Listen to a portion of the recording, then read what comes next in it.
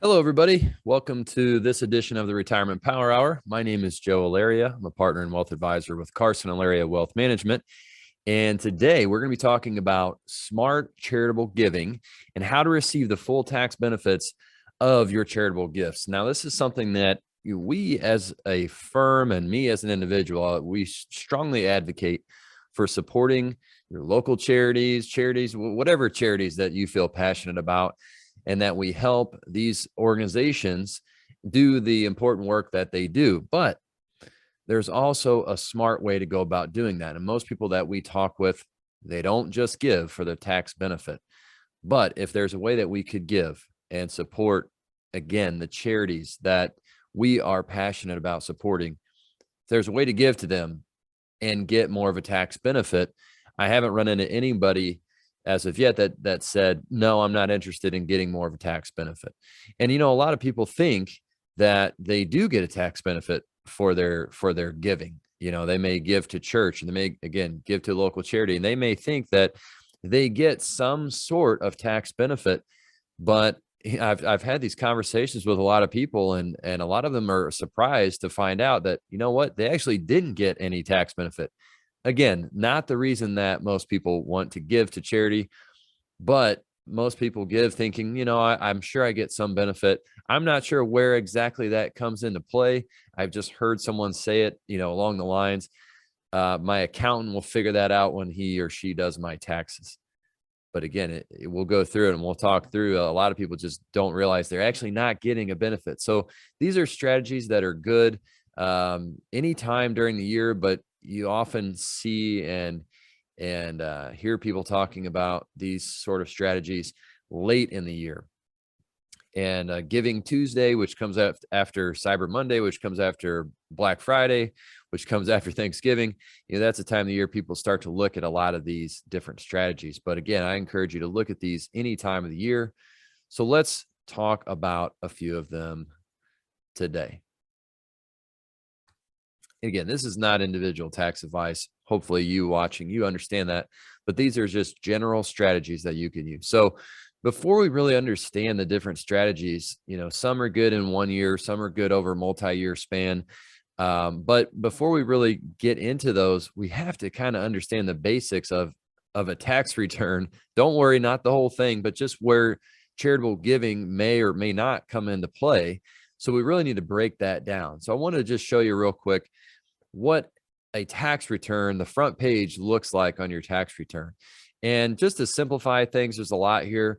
I'm going to break this into 3 sections. You got your income section, and that's straightforward. You got different types of income. We don't even need to go through all of them for this presentation today, but you've got lots of different types of income. Then we have deductions. And finally, you get your taxable income. Now, when you get to deductions, you can see on line 12 here, it says standard deduction or itemized deduction. So what does that mean? Well, it means you only get to choose, or you don't really even get to choose. You get to use one or the other, the standard deduction or the itemized deductions.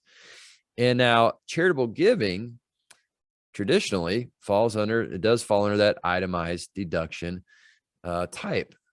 The problem is if you don't give enough, if you don't have enough itemized deductions, then you're just going to take the standard deduction because you want to lower your income as much as possible. So you're going to look at your income and you're going to take the larger of the standard deduction or your itemized deductions to get to your taxable income. There's obviously more that goes into this, but for what we're talking about today, that's what you really need to understand. And if we look at what the standard deduction amount is, then we'll see that, in 2022, for a single filer, it's almost $13,000. And for a married couple filing jointly, it's $25,900. But it wasn't always that high. If we go back to 2017, it was roughly half of those amounts, $6,350 for a single filer and $12,700 for a married couple filing jointly. And in simple terms, that meant in the past, it was a lot easier for someone to itemize their deductions.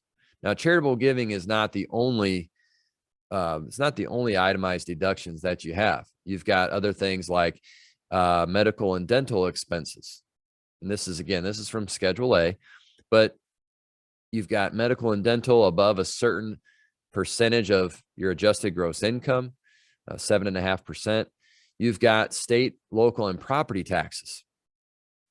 But your state, local, and property taxes are capped at $10,000. So, if you have 10,000 or more of state income tax, local tax, property tax, you get to use 10,000 of that as an itemized deduction. So that's great.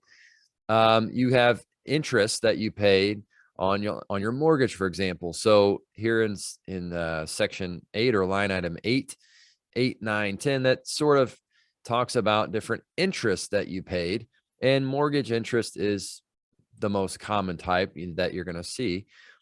But that's used as an itemized deduction. So if I had $10,000 of state, local, and property tax, $10,000 of mortgage interest, I'm at $20,000 already.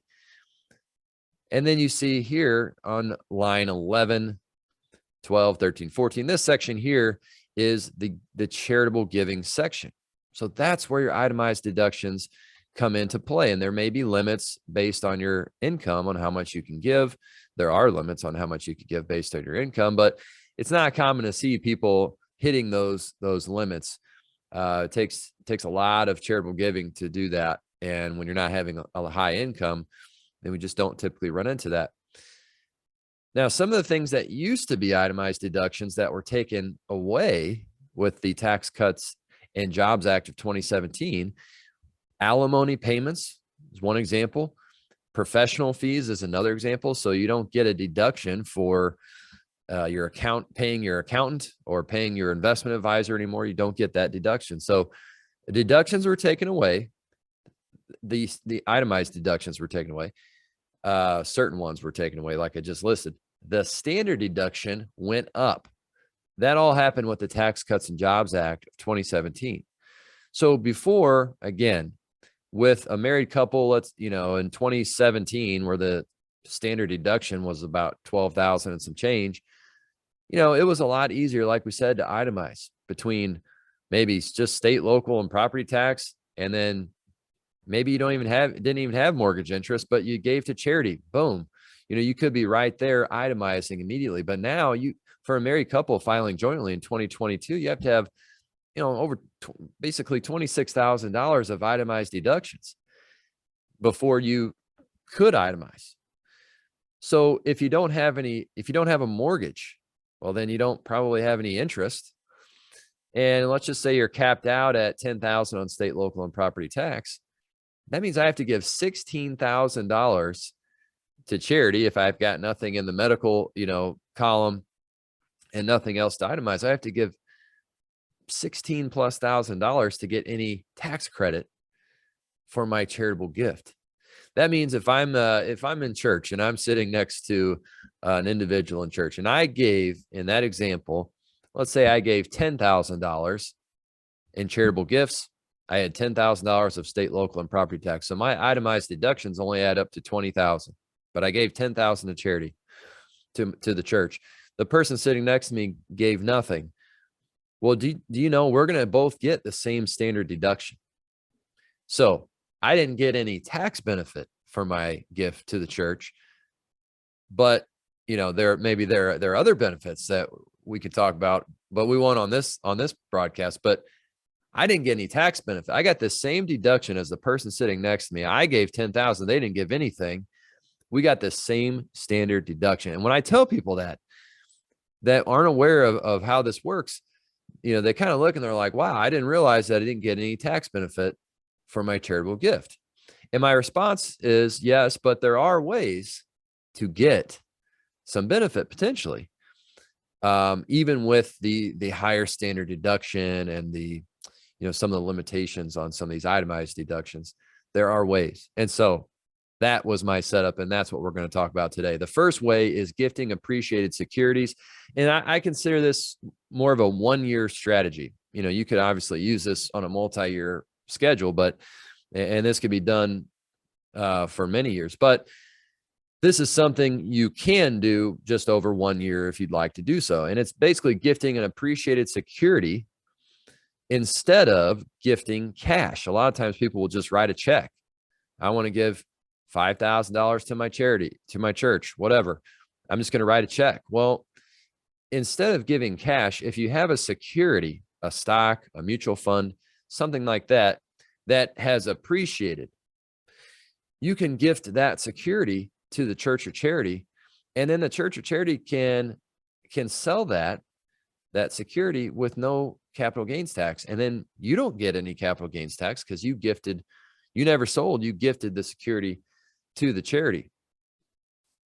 So again, let's say I want to give $10,000. I'll give an example here. So scratch that. Let's say we want to give $20,000 to my local charity, and I have $20,000 of Apple stock. Now that Apple stock has grown. Basically, it's doubled. I put 10,000 in. It's got $10,000 of unrealized capital gains, and they're long-term capital gains, and that's important too. And it's not listed on the slide, but you want these to be long-term capital gains. So instead of writing a check, $20,000 to my local charity, I can gift the Apple stock, $20,000, and that $10,000 of unrealized gains that I normally would have had to pay capital gains tax of 15 to 20%. It's 15% in most cases. You know, that's $1,500 I would have had to pay at some point if I ever sold that Apple stock. But by gifting the Apple stock, I don't have to pay any of that capital gains. And I got to give 20,000, the amount I wanted to give, but I just did it through giving an appreciated security. So that saves me, again, $1,500 if I'm paying 15% capital gains tax just in 1 year. Now, some people might say, well, hey, I don't want to give up my Apple stock. I like Apple stock. I want to own my Apple stock. Okay, great. No problem. Remember that 10,000 that you were going to give, or the 20,000 that you were going to give to the charity that you were going to write a check for? Well, instead of, again, we didn't write that check. We used your Apple stock. Well, now all you got to do is take the 20,000 you were going to write to the charity, just write it back to yourself, write it to your brokerage account, and buy the Apple stock back again. Now the difference this time is you're going to get a different cost basis when you buy it again. You're going to get a different cost basis, and it's going to be a higher cost basis. But again, it doesn't matter. When you go to sell, then you're not going to have as big of a tax consequence. So that's what we're saying here. And this should say 20,000, and excuse me for that. But when you if you wanted to give 20, you were going to write a check. Instead of writing a check, you gifted your 20,000 of Apple stock. You save $1,500 of capital gains tax. Then you just took 20 grand. You're going to write a check to the charity. You wrote it back to your brokerage account. You bought the Apple stock. Boom. Now you still have 20,000 of Apple stock. It's got a new cost basis. So now you don't have those same unrealized gains. You've got the same amount of shares. And it's a really nice strategy to use if you have appreciated shares of stock. And that is obviously a very important part of this. You've got to have appreciated securities to do this. So hopefully that makes sense, but this is a very good strategy to use. Now, the next one I want to talk about is a qualified charitable distribution, also known as a QCD. And QCDs are available to those that are at least 70 and a half, although this strategy is used often in conjunction with those taking required minimum distributions, and those now start at 72. So we see this used often when people are taking those distributions. And as it says here, it allows for a donation to move directly from an IRA to a qualified charity. Now, QCDs will reduce your income, but they are not an itemized deduction. This is why we went over that a little bit ago. They're not an itemized deduction, but they're going to reduce your income right off the bat. So if you, like most people, when you take an IRA distribution, you're going to get a 1099, and it's going to show you the amount of your distribution. So if you're taking RMDs and the RMDs are $50,000, but you do a QCD of $10,000. Okay, I took 50,000 out of my IRA, but 10 of it didn't go to me. 10 of it just went straight to my charity, the charity of my choice. So I really only got 40. Well, you're only going to be taxed on the 40 in that case. Your 1099 will only say 40. So when it shows up on your tax return in the income column, IRA distributions, it's only going to say 40. It's not going to say 50. That's important because you lowered your income right off the bat. Now, what happens when you get down to that itemized deduction or standard deduction? Same thing we just went over. So now, again, you could do a QCD and you could have other itemized deductions still itemized, or you could do a QCD and take the full standard deduction. So it's a really nice benefit. And we got an example here, and I kind of took my own thunder, stole my own thunder before I went into this example. But again, let's just go over another one. Let's say a donor age 72 needs to withdraw 40,000 from her IRA, and that's for her required minimum distribution. She planned on giving 10,000 to charities for the year anyway. Well, without the QCD, she's going to take her full RMD, 40,000. She's going to get taxed on it. And then she's going to turn around and write a check. This is what most people do. Then she's going to turn around and write a check for 10,000 to her charity or her church or whatever, a 501c3 organization. So she's going to get taxed on the 40,000 and she's going to write a check. Well, with a QCD, she can do a QCD for $10,000, meaning she's going to take 10,000, go from her IRA straight to the charity. And then she's only going to get taxed on the remaining 30,000. So if she's getting taxed at an effective tax rate of 20%, that's $2,000 in taxes that she saved for the year because she took the 10,000 and she didn't get taxed at 20% on the 10,000, which is $2,000. Now, RMDs are every year. So just imagine if this applied to you and you could do this every year, starting at age 70 and a half or 72 when you need to start RMDs, every year for 10, 15, or 20 years. You're talking about a lot of money saved in taxes. So I think QCDs are one of the best, if not the best way to give to charity if it applies to you, which again, you have to be at least 70 and a half. It works great if you're 72 and you have to take those RMDs anyway. So another concept that you can use in a 1 year time frame, obviously a QCD, it's a 1 year, kind of what I call a single year strategy, a 1 year strategy. Another one is just bunching your donations into 1 year. It's bunching donations for multiple years, 2 years of giving or more into 1 year. And for those married filing jointly, no tax benefit. There are no tax benefits to giving up to the standard deduction amount. That's for married filing jointly or for single filers. There's no tax benefits for giving up to the standard deduction amount. So for married filing jointly, that's $25,900. So like we talked about earlier, let's just say this couple has no medical expenses to deduct. They maxed out the $10,000 for state, local, and property tax. They've got no mortgage interest. So they can give up to $15,900 in charitable donations and get no tax benefits. Like we talked earlier, they can give that much and still not use an itemized deduction. They still just get the standard deduction. So whether they give zero or whether they give $15,900, they're going to get the same deduction, which means they basically get no tax benefits up to the standard deduction amount. So what do people do sometimes? Well, instead of giving 1 year of gifts, let's just imagine you were giving $15,900 to make it easy math. Instead of doing that every year and never getting any tax benefits for your giving, you could look at doing 2 years of giving in 1 year and saying, all right, instead of doing $15,900 and getting no tax benefits this year, I'm going to give $31,800.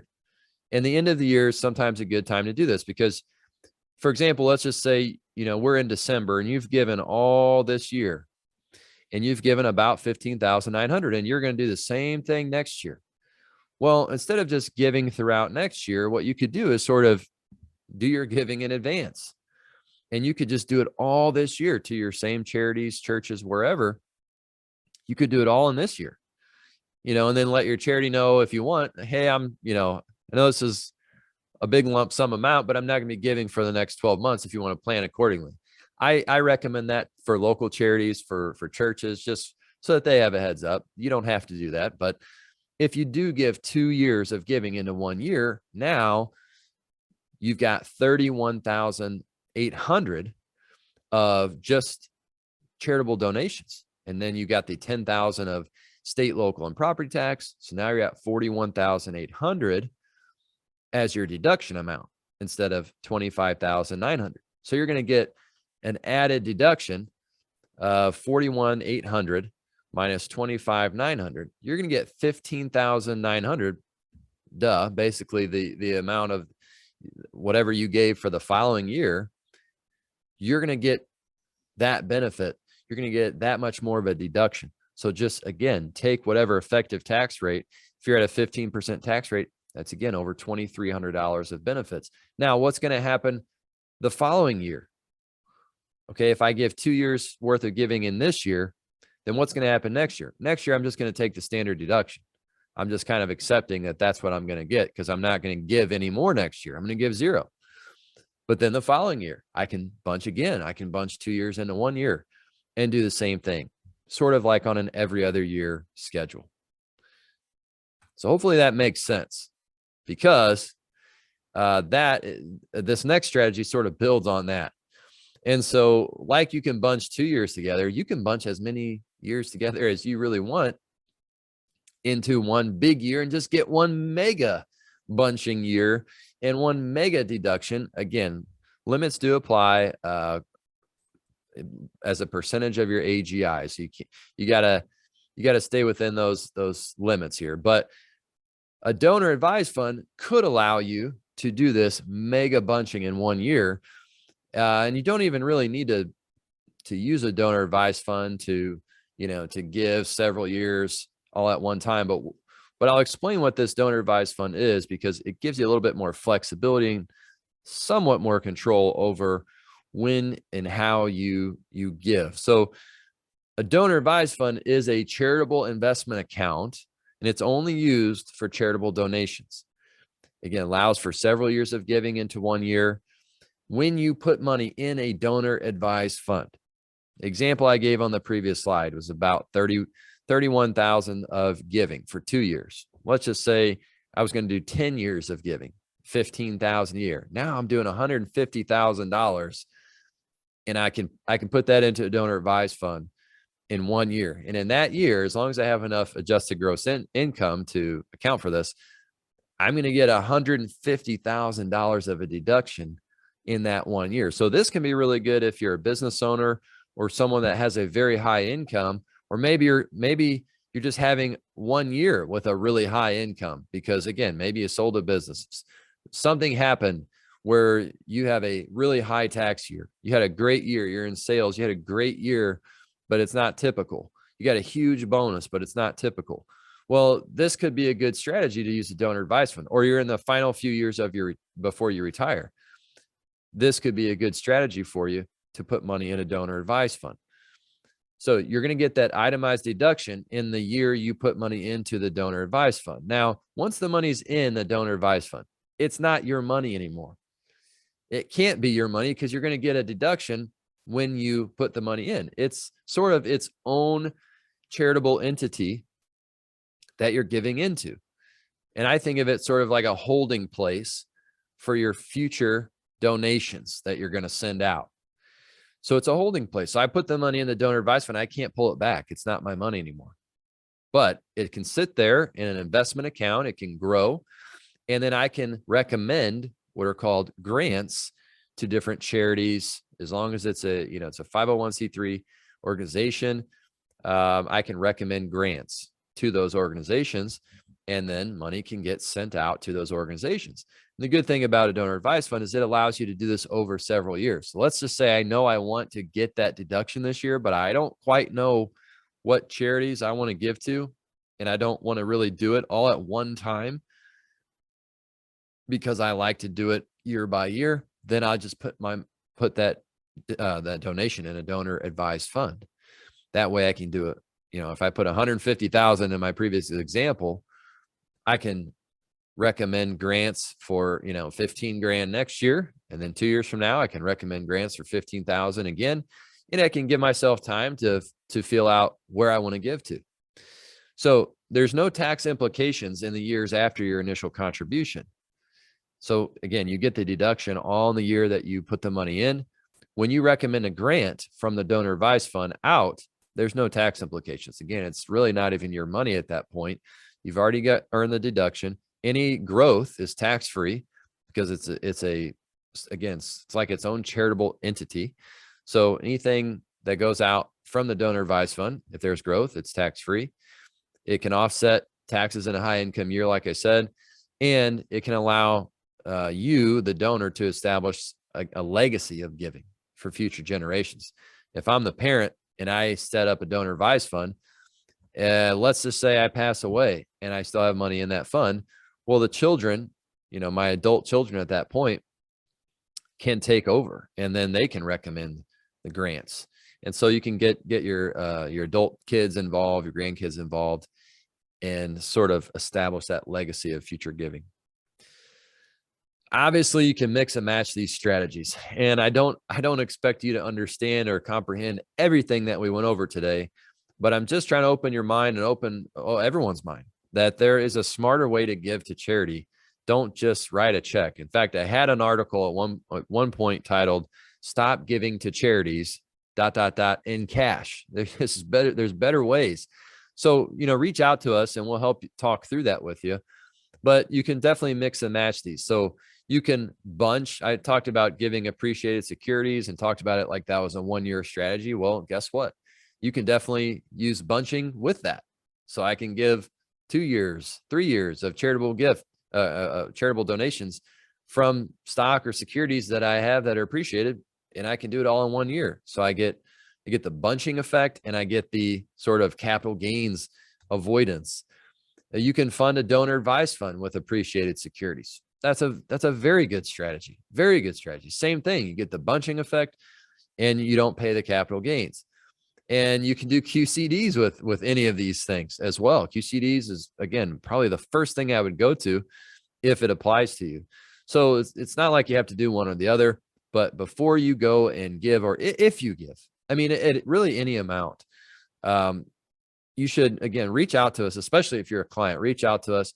Let us walk you through and talk you through. And we probably already have, again, if you're a client, but let us look at some of the possible ways that you could give. And I mean, even if it's saving $500 or $1,000, a couple $1,000, why wouldn't you want to save that and not pay it in taxes, whatever amount that it is. And if you do this every year, then it just adds up over time. A couple final things I would say, strategies I didn't really get into, but you can list a charity as an IRA beneficiary instead of, like a beneficiary of life insurance or a taxable investment account, which sometimes people will do. But, your IRAs are taxable. Life insurance is not. Taxable investment accounts as of today get a step up in cost basis for your beneficiaries. So if they sell immediately, there's no tax implication to them. But if you list a charity as an IRA, well, now they can take part of your IRA, but they're tax exempt, so they won't have to pay taxes as a tax exempt organization. Charitable remainder trust, that's a more advanced strategy, and it kind of similar to a donor advised fund, sort of in a way, but this is a trust, and it actually allows for income to the donor, which is the biggest difference, for a set period of time. And then the charity would receive the remainder after the term. So I can get, income for life, after life, boom, a certain charity gets the remainder. And it's just a little less flexible than a donor advised fund, but it is something that is used. So like I mentioned, let us know, reach out. You can email me, you can call our office, and we'll give you a complimentary charitable giving review to help walk you through these things and see if any of these might apply to you, because I think they're all very, very good strategies to look at. So with that, I hope you enjoyed this edition, the special edition of the Retirement Power Hour, where we talked specifically about charitable giving, how to get more bang for your buck, how to get the full tax benefits. Hopefully you learned something. Share this with somebody, send this to a friend. Let them know that there are smarter ways to give. We want to keep supporting charities. So, don't leave this presentation thinking that we don't want you to support, our local charities. We love supporting charities. So keep doing that. Keep supporting your churches, your charities, but let's do it in a smarter way. Deal? All right. Well, I'm assuming you said yes to that. Thanks for watching. Tune in every month. We've got the Retirement Power Hour. We're covering lots of good topics, lots of relevant things. So tune in next month. With that, again, I'm Joe Allaria, partner with CarsonAllaria Wealth Management. Have a great rest of your week.